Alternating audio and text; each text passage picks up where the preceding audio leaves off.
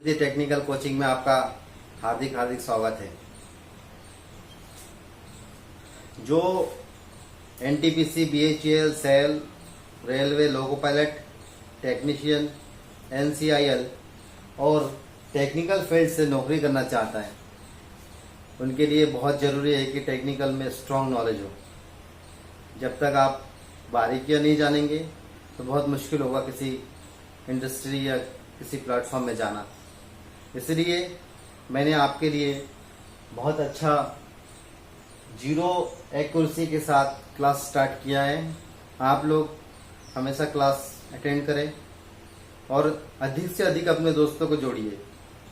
आप चैनल को सब्सक्राइब करिए, शेयर करिए और जितना आपके दोस्त को जोड़ेंगे आपका ही भला होगा। चैनल में आपको हमेशा नोटिफिकेशन मिले, इसलिए आप दाएं साइड दिए गए घंटी अर्थात बेल को क्लिक करिए, बेल आइकॉन को दबाइए ताकि जल्द से जल्द आप तक आवाज पहुंचे। साथियों, हमने लास्ट क्लास में आपको बताया था कि हम ब्लास्ट फर्नेस के बारे में बात करेंगे। स्मेल्टिंग के बारे में हम लास्ट क्लास में बोल चुके हैं, बता चुके हैं। अब आपको ब्लास्ट फर्नेस के बारे में बताने जा रहा हूँ। तो ब्लास्ट फर्नेस जो है ये एक बहुत इंपॉर्टेंट फर्नेस है। आपके सामने एक चित्र दिख रहा है, ये ब्लास्ट फर्नेस का चित्र है। इसको आप ध्यान से देखिए। ये इसके स्टैंड है, ये नीचे कॉलम तक के, और ये इसके एक स्टील की मोटी शीट है बाहर वाला।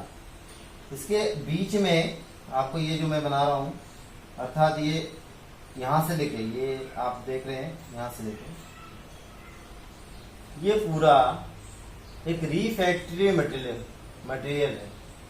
रीफैक्टरी मटेरियल क्या होता है आपको ये बताऊंगा मैं, ठीक है।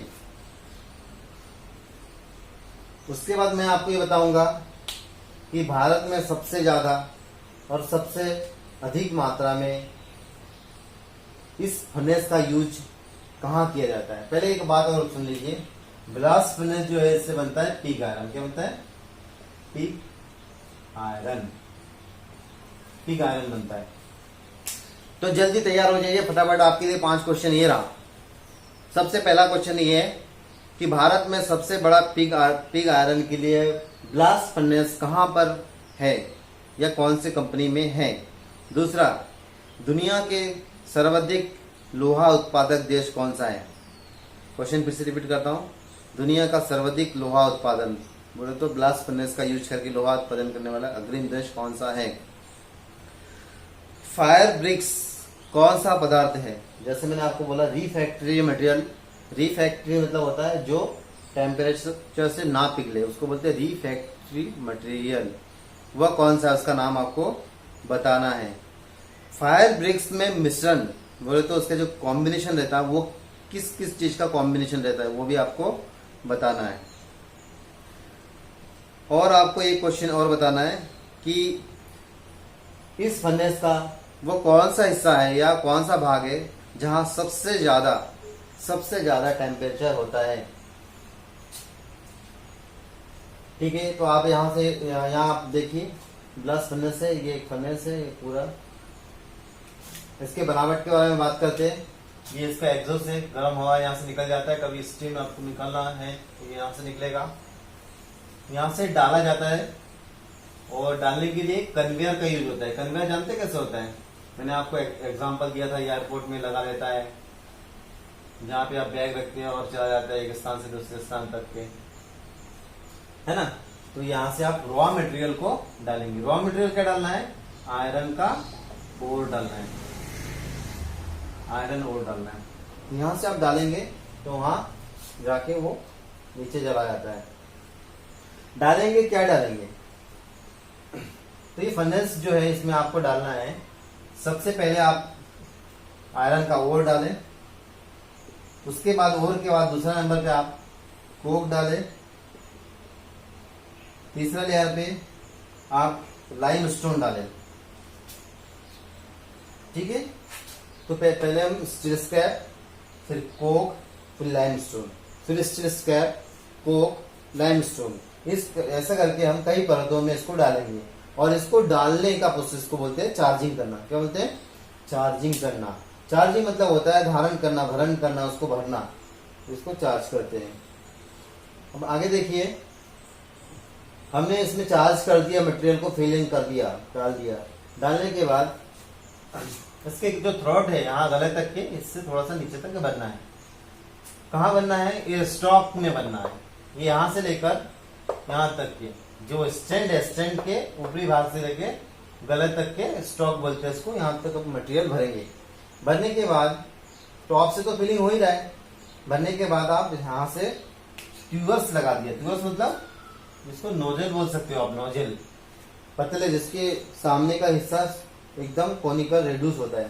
तो यहाँ से आपको हॉट एयर छोड़ना है। क्या छोड़ना है? Hot air. यहाँ से हॉट एयर को अप्लाई करें। और ये जो नोजल होता है ये लगभग 6 से 12 नोजल होता है। 6 से 12 संख्या जितनी ज्यादा होगी प्रोसेस को हम उतना आसानी से और जल्दी कर पाएंगे। और नोजल से हम गर्म हवा छोड़ेंगे। कितना छोड़ेंगे? 1000 डिग्री से 2000 डिग्री के बीच। जब 2000 डिग्री, जब हीट 2000 तक पहुंच जाता है तो इसके अंदर के सारे पदार्थ जो है वो पूरे मिश्रण बन जाता है, घोल बन जाता है और पिघलकर फिर जो लाइमस्टोन है वो स्लैग को बाहर करने का काम करता है।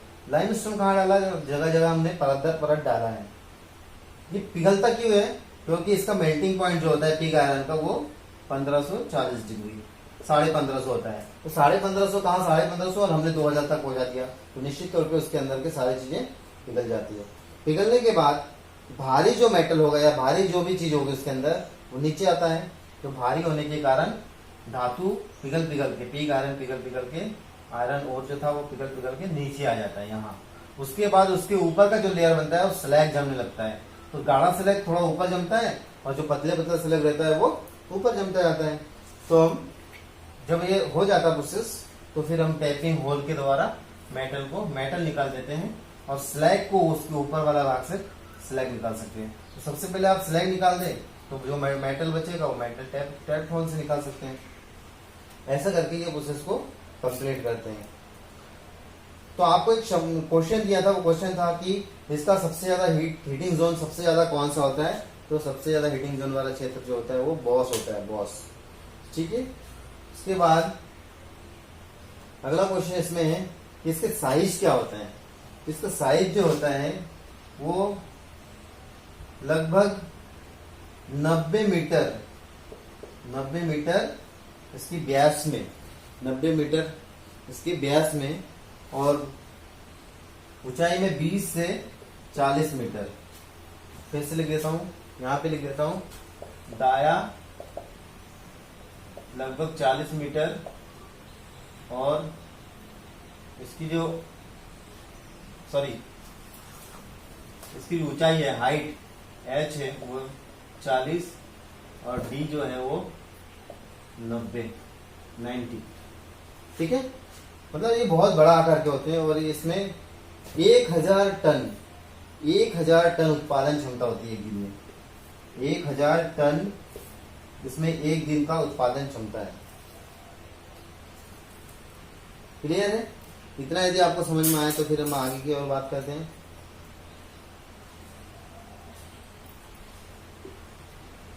आपको समय दे रहा हूँ, ऑनलाइन क्लासेस से आपको समय दे रहा हूँ, आप थोड़ा सा देखिए क्योंकि आप क्वेश्चन कहाँ करेंगे, कमेंट्स बॉक्स में करिए।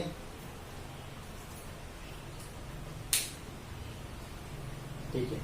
अब हमने देखा कि इसमें जो स्टील के शेल है, स्टील की जो दीवार है, ये बाहर वाला दीवार जो स्टील का है, हमने मान लिया स्टील का है, लेकिन इसके अंदर स्टील कितने में पिघल जाता है? 1500 में। यदि हाई स्पीड स्टील भी डालेंगे आप तो भी वो 2700 में पिघल जाएगा, 2700 डिग्री सेल्सियस में। लेकिन हमको क्या ज्यादा सेल्सियस वाला चीज चाहिए ताकि वो पिघले नहीं। तो हम इसके अंदरूनी भाग में डालेंगे रिफैक्टरी मटेरियल का एक दीवार जो 1/4 से लेकर 1/2, मतलब कि आप ये समझ लीजिए लगभग 1.5 मीटर मोटे, 1.5 मीटर मोटे एक दीवार होते हैं। 1.5 मीटर मोटे एक दीवार है। वो दीवार रिफैक्टरी मटेरियल के रूप में हाफनियम कार्बाइड का यूज करते हैं। Hafnium carbide. हाफनियम कार्बाइड जो है वो 4250 डिग्री टेम्परेचर में जाके उस पर मेल्टिंग चालू होता है। इसके अतिरिक्त हम एल्यूमिना यूज करते हैं, एल्यूमिना और सिलिका यूज करते हैं। ठीक है, तो एल्यूमिनिया जो रहता है उसका भी एक मात्रा रहता है कि वो हर जगह यूज नहीं करते, जहाँ हीट ज्यादा करना होता है वहां यूज करते हैं। और इसके बॉस ये वाला क्षेत्र में यहां से लेकर यहां तक के एरिया, यहाँ पे 63% एल्यूमिनिया यूज होता है और सिलिका जो है वो लगभग 15 से 45 के बीच यूज होता है। सिलिका रेत है, उसको मिक्स करके फिर एक लेयर बनाते हैं, ऐसा मोटा सा दीवार बनाते हैं ताकि वो खराब ना हो। तो आपका दूसरा क्वेश्चन का जवाब है हाफनियम कार्बाइड या एल्यूमिनिया। ये इसका यूज करके हम इसकी दीवार बनाते हैं, जिसको हम रिफैक्ट्री मटेरियल कहते हैं, रिफैक्ट्री मटेरियल। अगला क्वेश्चन का आंसर आपका, दुनिया का सबसे ज्यादा लोहा उत्पादक देश चाइना है, चाइना मतलब चीन। और भारत में सबसे बड़ा ब्लास्ट फर्नेस कहाँ पे है? तो वर्नपुर, आपने नाम सुना होगा, वर्नपुर भारत का सबसे बड़ा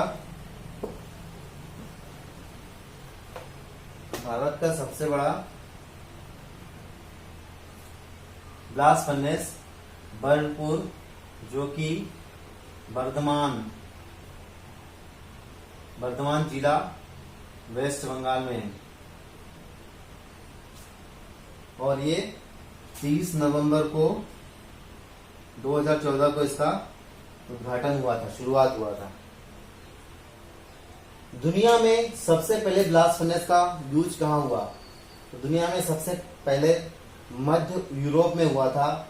यूरोप जो है वो औद्योगिक क्रांति का भी जनक है। इंग्लैंड में औद्योगिक क्रांति हुआ था, तो 1400 से 15वीं शताब्दी में यूरोप में ब्लास्ट फर्नेस का काम चालू हो गया था और 18वीं शताब्दी में वो पूर्णतः विकसित रूप ले लिया। तो मध्य यूरोप ने इसका सबसे ज्यादा यूज किया और बहुत ही एक क्रांति लाने वाला, जैसे हरित क्रांति, श्वेत क्रांति, ऐसी औद्योगिक क्रांति इंग्लैंड ने शुरू किया था। अब है कि पिग आयरन बनाते क्यों है, इसकी क्या जरूरत है? तो साथियों, पिग आयरन ओर से पिग आयरन इसलिए बनाया जाता है कि पिग आयरन में थोड़ा अशुद्धियां को खत्म करके थोड़ा शुद्ध मिल जाए। हमने स्पेल्टिंग किया था, हमने सेपरेशन में जो चीज पढ़े थे, उसके बाद हम यहाँ लाए उसको और पिघला के थोड़ा सा साफ सुथरा कर दिया। अब इस धातु से, पिग आयरन से हम आगे जो प्रोसेस करेंगे, कास्ट आयरन बनाएंगे। हम कास्ट आयरन बनाने के बाद फिर कास्ट आयरन से हम रॉड आयरन बनाएंगे, कास्ट आयरन से स्टील बनाएंगे, बहुत कुछ बनाएंगे। पर हमारा ये बेस मेटल है, इसलिए हमको ये सब करने की जरूरत पड़ी। पिग आयरन का यूज क्यों नहीं किया जाता डायरेक्ट? पिग आयरन की डायरेक्ट इसलिए नहीं किया जाता क्योंकि पिग आयरन में बहुत ज्यादा मात्रा में अशुद्धियां होती है और इसमें गंधक की मात्रा बहुत ज्यादा पाया जाता है। गंधक में सल्फर ज्यादा होने के कारण इसका प्रयोग डायरेक्ट नहीं किया जा सकता, क्योंकि सल्फर जो है वो लोहे का दुश्मन होता है और वो उसे बहुत जल्दी ही खराब कर देता है। पिग आयरन में